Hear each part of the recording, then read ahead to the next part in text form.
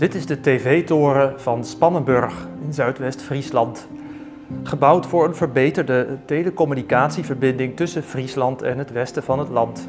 118 meter hoog, het hoogste bouwwerk van Friesland.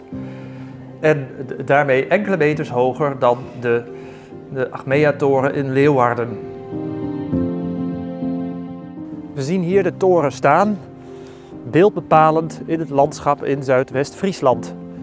Je ziet hem al van kilometers afstand staan in de Friese Zuidwesthoek en ik heb dat als kind vroeger altijd fascinerend gevonden.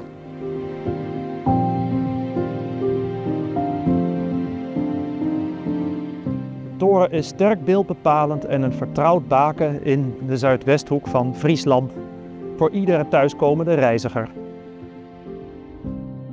Daarom lijkt mij de toren de moeite van het behouden waard.